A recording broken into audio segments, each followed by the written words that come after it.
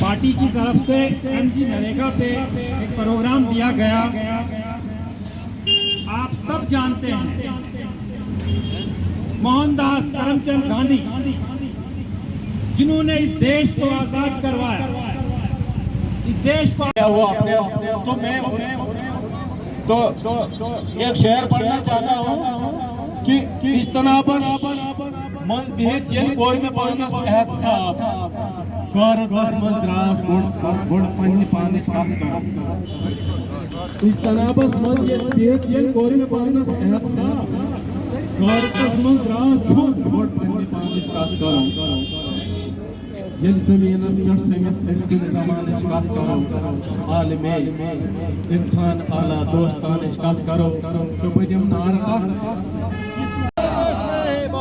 हिंदू मुस्लिम सिख ईसाई हिंदू मुस्लिम सिख ईसाई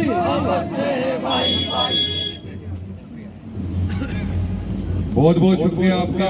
अब मैं गुजारिश करना चाहता हूँ जो हमारे इंटेक के जिला प्रधान है मेरे बड़े भाई नवीन सिद्धू साहब, मेरे भाई प्रेसिडेंट शान साहब, फिरोज साहब, इरशाद साहब, वाहिद साहब, रूडी साहब, आप सब और आरएसएस के लोग एमजी नरेगा से उनका नाम है जो कांग्रेस की आइडियोलॉजी रखता है, जो कांग्रेस को चाहता है। नरेगा गरीब के लिए हम इस चीज की मजम्मत करते हैं यहाँ से और मौजूदा सरकार से गुहार लगाते हैं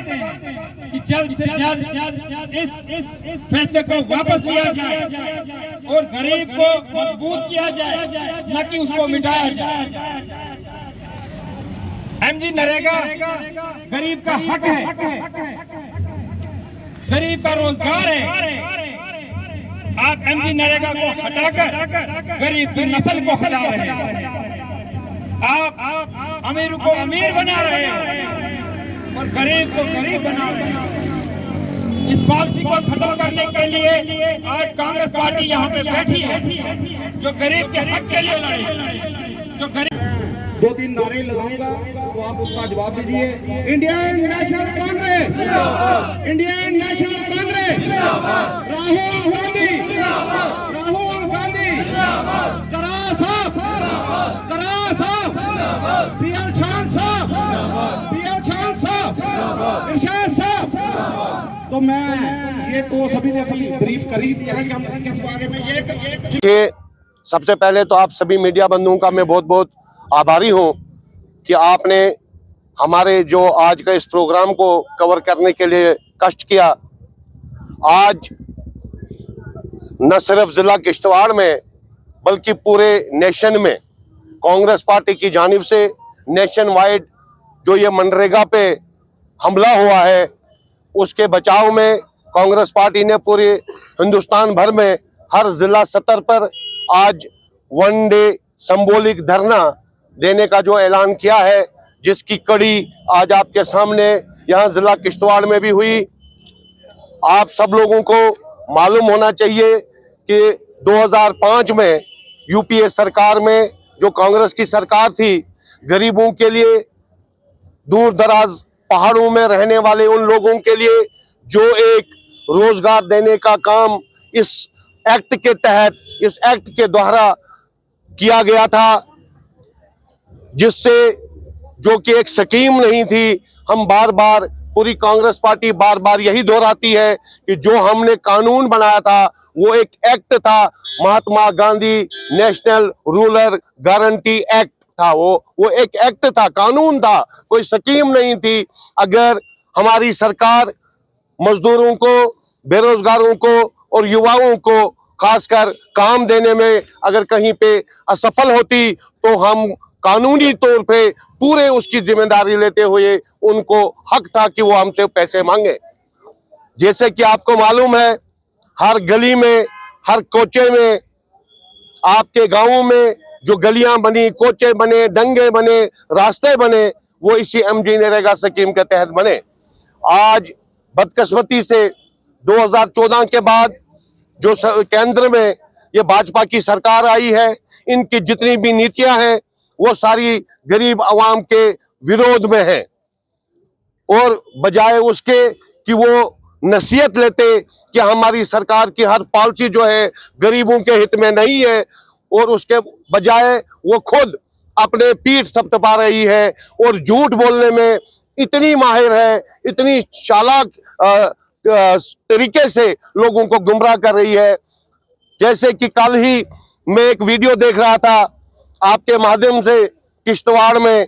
भाजपा के कोई विधायक वीडियो बना रहे थे और लोगों को बता रहे थे कि हमने जो एमजी नरेगा स्कीम में तब्दीली लाई, हमने 100 दिन के बजाय 125 दिन का रोजगार देने की कोशिश की, और आप लोगों को सर्दियों में और घास कटाई में छुट्टी नहीं होती थी, हमने आपकी छुट्टी के लिए भी 2 महीने सैंक्शन कर दिए। जैसे कि वो कहीं ऑफिस में काम करने जाते थे, उनके लिए छुट्टी सैंक्शन कर दी गई। वो शर्म नहीं आई कि उनको जो मौसम सरमा में या घास कटाई के दौरान मजदूरों को रोटी चाहिए, वो काम नहीं देंगे और कहते हैं हमने आपकी छुट्टी सैंक्शन कर दी।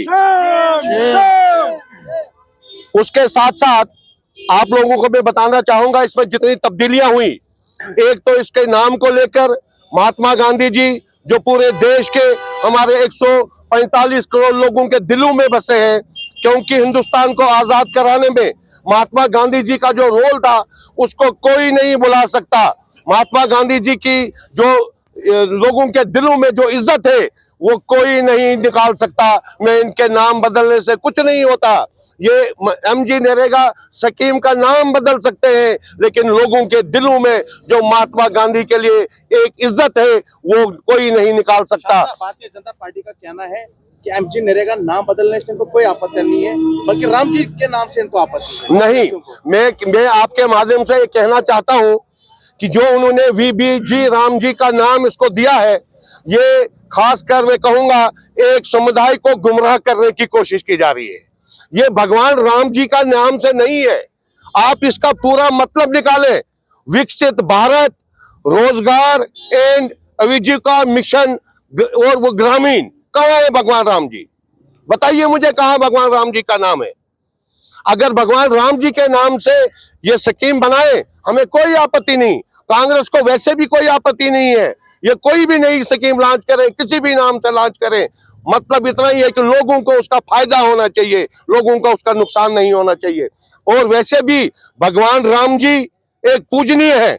पूरे हिंदुस्तान के लोगों के पूजनीय है, पूरे विश्व के पूजनीय है, उनके नाम से किसी को क्या आपत्ति आ सकती है? ये तो मैं समझता हूं इन लोगों की नीयत देखिए, ये यहाँ भी भगवान राम जी का नाम बदनाम करने की कोशिश कर रहे हैं, और भगवान राम जी के नाम से हम लोगों को बीच में एक नफरत की दीवार पैदा करना चाहते हैं, जिसकी हम कड़े शब्दों में मजम्मत करते हैं। खान साहब, जहां आप देख रहे हैं कि राहुल गांधी जी ने जो है कश्मीर से लेकर कन्याकुमारी तक, तो इस इलेक्शन से पहले भी एक यात्रा निकाली थी, जहां तक अभी तक भारतीय जनता पार्टी का कहना है कि वो असफल रहे, क्योंकि उन लोगों ने फिर भी साथ नहीं दिया, पर फिर भी जो है ये लोग टांग लड़ाने की कोशिश कर, लोग जो है वो हमसे खुश है। देखिए, वो तो सब लोगों के सामने आया है, जो राहुल जी ने पूरे कन्याकुमारी से लेकर कश्मीर तक